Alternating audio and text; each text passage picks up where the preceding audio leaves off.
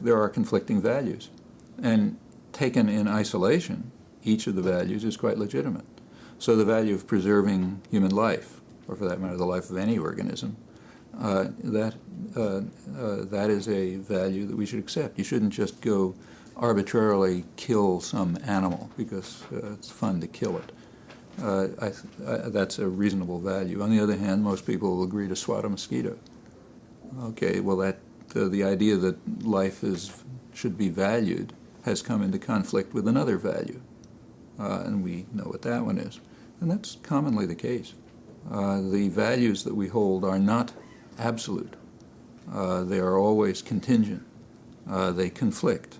And life is made up of decisions in complicated situations in cases of conflicting values.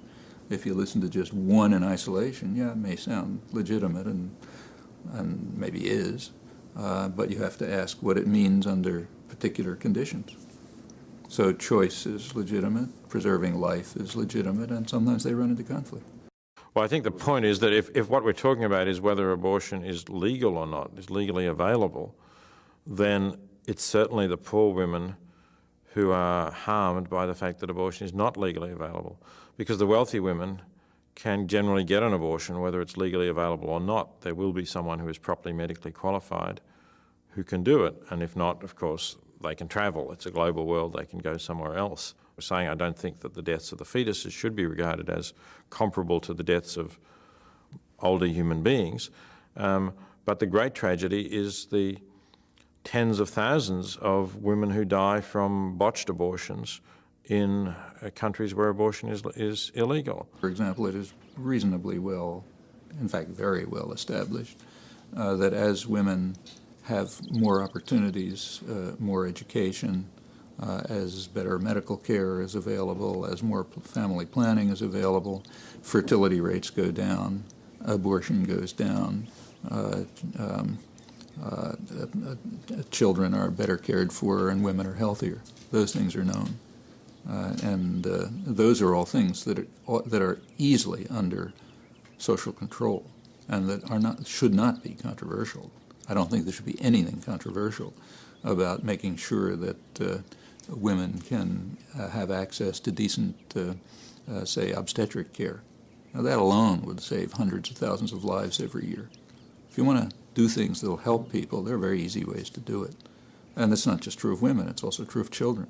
UNICEF also reports that, if my memory is correct, that about 15 million children die every year mostly from easily treatable diseases, meaning sometimes things like lack of drinkable water or dehydration, diarrhea, things that can very easily be treated and could be treated for literally pennies a day from the rich countries.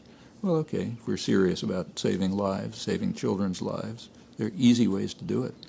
On the other hand, if you look at the same people who are most militant about saving the fetus, are they calling for increasing foreign aid? Are they concerned with the fact that the United States has the most miserable, miserly foreign aid program of any developed country by quite a large margin? The country's got plenty of wealth. The means are easily there. They're just being used. The social policy is being designed to enrich the wealthy even further and let the poor suffer. Let the children die, let them starve, let the mothers die, and so on. That's an overwhelming problem. Once people among people who are willing to address those problems, people are willing to address those problems we can at least take seriously when they talk about values. When you can take people seriously when they talk about values, you can listen to what they say about other things like abortion, which is a hard question.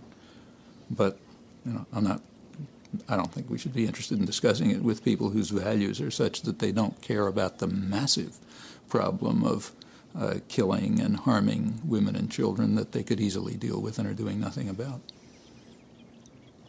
Ultimately, of course, the whole decision is based on questions about what you think makes killing wrong. And I think that's one reason why the philosophical discussion with the general public has not got very far, because people haven't really confronted that issue. They've tried to say, well, the fetus is a human being or the fetus is not a human being, just accepting the premise that killing innocent human beings is always wrong. I think if they'd gone a little bit further and said, well, yes, I mean, in one sense, the fetus obviously is a human being. It's a member of the species Homo sapien, and it's alive. But what are the characteristics that make it particularly wrong to kill a human being? Why do we think that killing a human being is normally wrong? And I think if you start asking those questions, you get to see that it's not just being a member of the species Homo sapiens that makes killing wrong. It's rather the fact that, us, you and me, and anyone else listening here, is a being that has got certain capacities, can think, can want to go on living, is aware of the fact that he or she is living and wants to go on living, and all of those things contribute to why we think that for someone, say, just randomly to shoot people in the street is a terrible thing. But none of that applies to the fetus. The fetus is, well, when most abortions are performed, the fetus is not even conscious, and it's certainly never a being who can think, I want to go on living. The Bible, like any complex historical text, presents a God who can be called upon to justify mass genocide and who can be called upon to justify mercy to widows and orphans. Same God, depends what parts of the texts you want to interpret.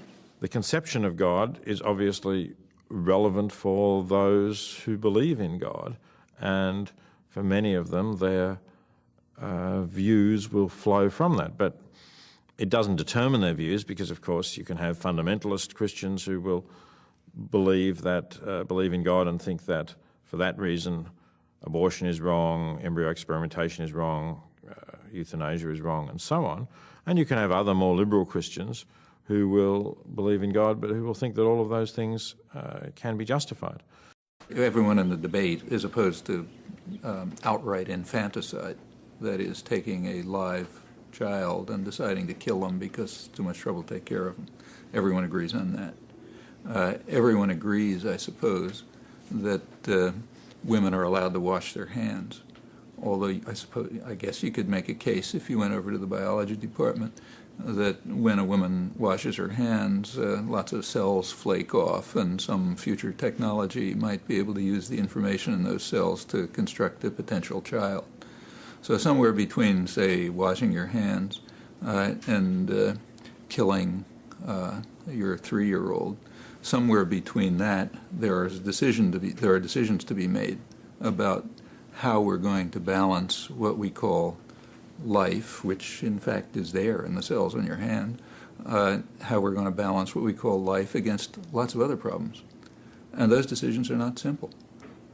People who say, well, I know it's at this number of days, they can't be taken seriously. What we're talking about, ambiguous issues of a complicated kind, where you have to balance conflicting interests and concerns, as is generally the case in human life. You're not going to get the answers from holy texts. You're not going to get the answers from biologists. These are matters of human concern that have to be discussed seriously, reasonably, with attention to the array of differing values often that people have, and different decisions they may come to under similar circumstances.